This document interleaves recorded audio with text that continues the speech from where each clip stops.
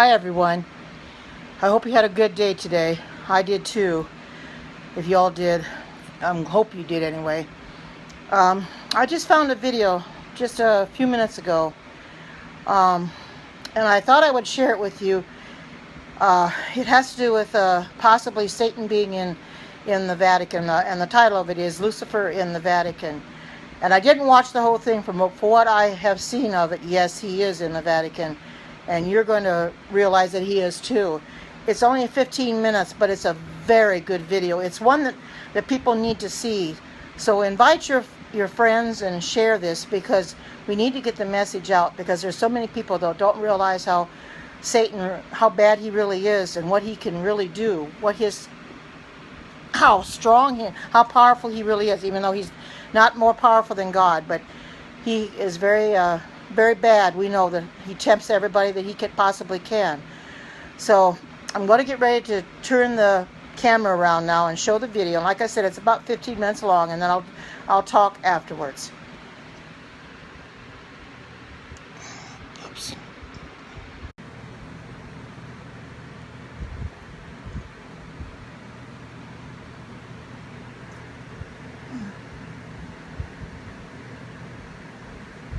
Sorry, it doesn't want to start. Well, we don't know what this means, but we can show you an extraordinary photograph of an extraordinary lightning strike at the Christ the Redeemer statue that towers over the city of Rio. More than just an outburst of nature, it apparently caused damage.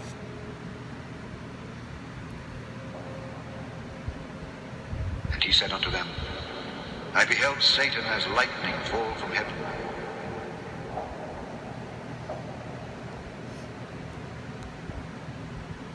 And there came one of the 7 angels which had the 7 vials, and talked with me, saying unto me, Come hither, I will show unto thee the judgment of the great whore that sitteth upon many waters, with whom the kings of the earth have committed fornication, and the inhabitants of the earth have been made drunk with the wine of her fornication. So he carried me away in the spirit into the wilderness, and I saw a woman sit upon a scarlet-colored beast, full of names of blasphemy, having 7 heads and 10 horns. And the woman was arrayed in purple and scarlet color, and decked with gold and precious stones and pearls, having a golden cup in her hand, full of abominations and filthiness of her fornication. And upon her forehead was a name written, Mystery, Babylon the Great, the mother of harlots and abominations of the earth. And I saw the woman drunken with the blood of the saints and with the blood of the martyrs of Jesus. And when I saw her, I wondered with great admiration. And the angel said unto me, Wherefore didst thou marvel? I will tell thee the mystery of the woman and of the beast that carrieth her, which hath the 7 heads and 10 horns. The beast that thou sawest was and is not, and shall ascend out of the bottomless pit and go into perdition. And they that dwell on the earth shall wonder, whose names were not written in the book of life from the foundation of the world, when they behold the beast that was and is not, and yet is.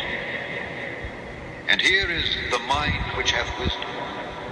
The 7 heads are 7 mountains on which the woman sitteth. And there are 7 kings. 5 are fallen, and 1 is, and the other is not yet come. And when he cometh, he must continue a short space. And the beast that was and is not, even he is the 8th, and is of the 7th, and goeth into perdition.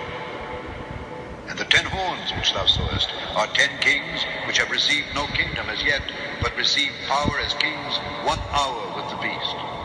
These have 1 mind, and shall give their power and strength unto the beast. These shall make war with the Lamb, and the Lamb shall overcome them, for he is Lord of lords and King of kings. And they that are with him are called and chosen and faithful. And he saith unto me, The waters which thou sawest where the whore sitteth are peoples and multitudes and nations and tongues. And the 10 horns which thou sawest upon the beast, these shall hate the whore, and shall make her desolate and naked, and shall eat her flesh, and burn her with fire. For God hath put in their hearts to fulfill his will, and to agree, and give their kingdom unto the beast, until the words of God shall be fulfilled. And the woman which thou sawest is that great city which reigneth over the kings of the earth.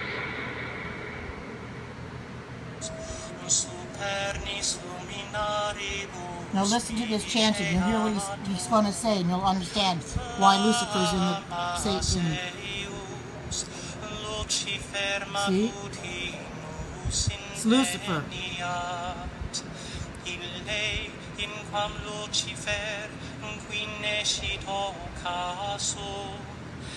Christus filius tuus, qui regressus ab inferis, humano generis serenus illuxit, et tecum vivit et regnat in saecula saeculorum.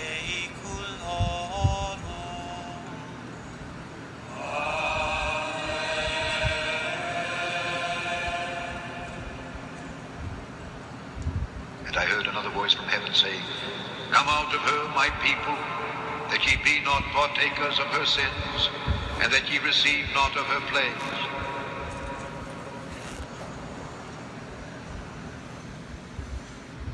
How art thou fallen from heaven, O Lucifer, son of the morning?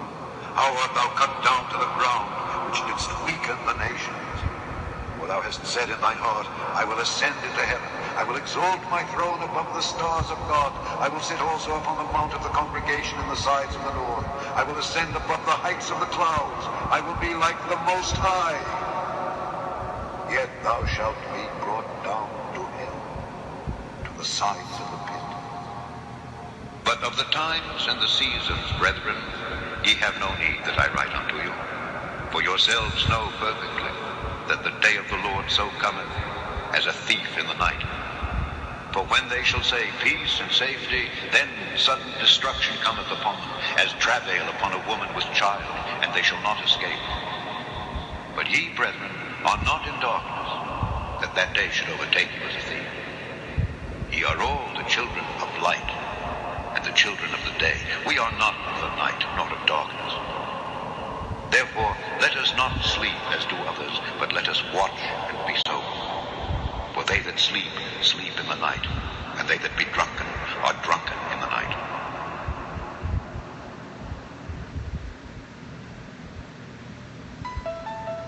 Recently, the Chief Exorcist at the Vatican reported that the devil was in the Vatican.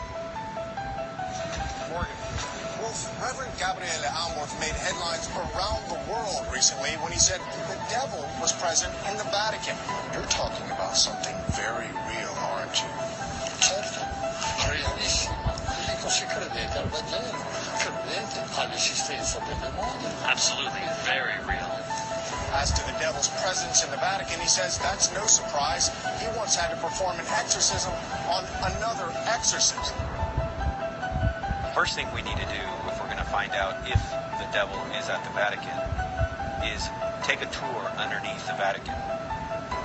As we arrive underneath the Vatican, we see that it's laid out in a number of rooms marked by letters, as we can see in this aerial view map. Now we will be exploring some of the rooms in this map. Let's start off by looking in room C here. As we look in the room, we see that this is a mausoleum of Lucius Tullius Cephas. The Vatican goes on and explains that this room was used for offerings to the dead. We read, view of the north wall and mosaic floor. In the corners of the mosaic floor there are 8 marble squares with circular holes through which offerings to the dead were poured during the funeral rites carried out in the burial chamber. So here we have a room where offerings are done to the dead. That's pretty common in Catholicism.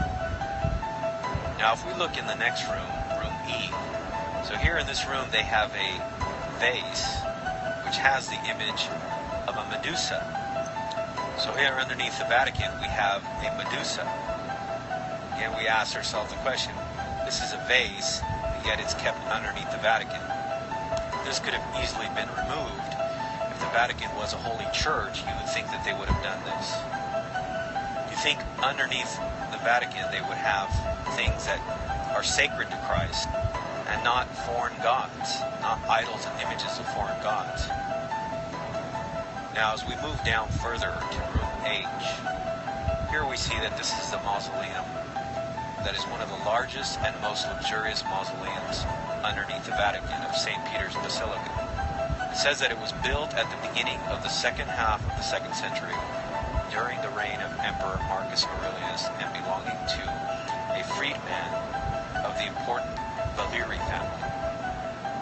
And as we're in this mausoleum, we see that there's lots of idols from the old Roman Empire. We ask ourselves, why does Rome keep these idols down underneath St. Peter's Basilica? You would think if they were Christians, they would want to clean all this out. I can't imagine anybody who has a true church would keep idols in their churches, especially pagan idols left over from a bygone pagan era. But here we have the Vatican keeping many pagan idols underneath St. Peter's Basilica. Here is an idol the Vatican is displaying of a head of a child in gilded stucco and a lock of a hair typical of one initiated into the cult of Isis. And this particular idol is an idol of a boy who was initiated into the cult of Isis. If we look in this room, we see that some of the stucco decorating the walls. Here we have a personification of Oceanus. Remember, the New Testament book of Revelation says that a beast comes out of the ocean. So we say, why is the Vatican having these foreign gods underneath its basilica? Why is it protecting them? If it was a true church, it couldn't be doing it for the sake of art, especially with all the evil things that are happening in the Vatican. And as the priest earlier said, that evil does exist, the devil is real, as he admitted. But the hypocrisy of all of this is that they have all these evil images and idols underneath the Vatican of St. Peter's Basilica. We also see two figures of genuses with bat wings also portrayed on the walls. Again, this is supposed to be a holy church and a holy place. Now, this is supposedly all there for many, many years. As we move into the next room, room I, the details of the mosaic floor with Mercury and Pluto's chariot, they go on and explain that this theme is an explicit reference to the overcoming of death and the return of the afterlife. They describe it as a splendid mosaic floor of Mercury is depicted carrying a caduceus with wings at his ankles, walking in front, and a chariot carrying Pluto and his wife Persephone. So here we have all these Roman gods underneath the Vatican, images of foreign gods. Well, as we move to the next room, we find out why they keep all these idols down there in these images. As we move to room U, here we find the shock of all shocks. Here on the wall, it says there is a depiction of Lucifer, that is, the light bearer, the morning star. On the opposite of the wall, there is a drawing of Vesper, the evening star, cosmic symbol of the human life cycle. We find out that when we get to room U, here we have a clear depiction of Lucifer underneath the Vatican at St. Peter's Basilica. We ask ourselves, why are they keeping this image of Lucifer underneath the Vatican? Again, you would think if you're a Christian church, you would not want to have any of these images. Now we know that they'll go on and say, oh, well, we're saving it because it's a UNESCO heritage site or something like that. This is always their excuse, saving it for the sake of art. But for the true Christian, this is not an excuse, because we know if you're giving glory and propaganda to false deities and false pagan gods, what are you doing? You're in essence supporting the evil spiritual realm. This cannot be from God. And And since Rome claims itself to be the one true church, you would think they would lead by example. But what kind of example is this? That you have a depiction of Lucifer underneath the Vatican for countless hundreds and hundreds of years? Now this image here underneath the Vatican has been there since their claim, which would be Constantine. We would know that he was the first one that built this basilica. And so again we ask ourselves, why are they keeping this depiction of Lucifer underneath the Vatican?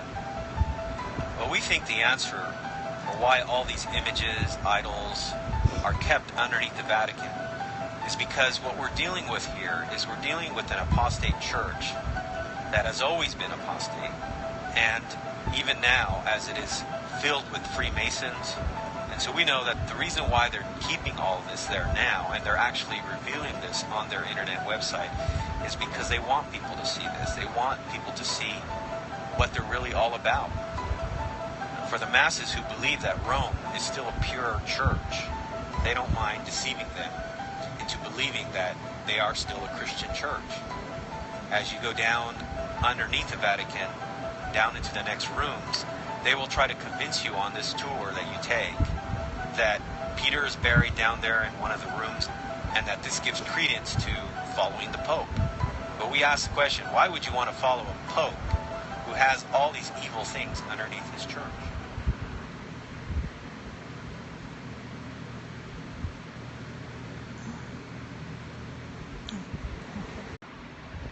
That is really something. When I saw that, I thought, oh my goodness. So you can really tell that Lucifer's in the Vatican for sure. What really was amazing to me is all those things under the Vatican in the different rooms. I didn't know they had rooms like that and kept stuff down there. That is really strange. But you can tell that Satan is in the church for sure. We need to keep him out of our church. You know, he can stay in the Vatican as far as I'm concerned. Leave us alone. But I don't know if the Catholic people are even aware that Satan is in their church and what he's doing. And we need to warn them. We need to tell them to come out of her, my people, but you don't receive her plagues, because they're going to be so lost otherwise, because they're not aware of what's going on. The congregation themselves, like I said last night, are not the problem. It's the higher ups, the ones that are the Pope, the cardinals, and what have you, the bishops and stuff like that. They're the ones that are the problem. They're the ones that are bringing all this satanic stuff into the church, and the people are so unawares of what's going on. And it's a shame too, because I'm sure there are very many good Catholic people in the church, and I don't want to see any of them lost. I don't think you would either. It's just so sad. And as you can see, Satan he's everywhere. He's in everything, and he's going to be around until he's destroyed, and we know that. He's a covering cherub. He's a very evil angel. And I saw another video I was going to play, but I didn't like the fact that they depicted Satan looking grotesque and with horns, because the Bible says he's a beautiful angel. And so that wasn't a very good depiction of him, although the things that he does makes it seem that way anyway. So I don't have a lot to say about this, because it pretty much was explained in the video. But I just hope that you all will stay true to God, stay true to the Sabbath, and stay in the Word, and remember that Jesus loves you, and if you love him, you're going to do what he did. I think I'll call it quits for now, but I wish you all a blessed night or day, wherever you might be. Take care, God bless, and bye-bye.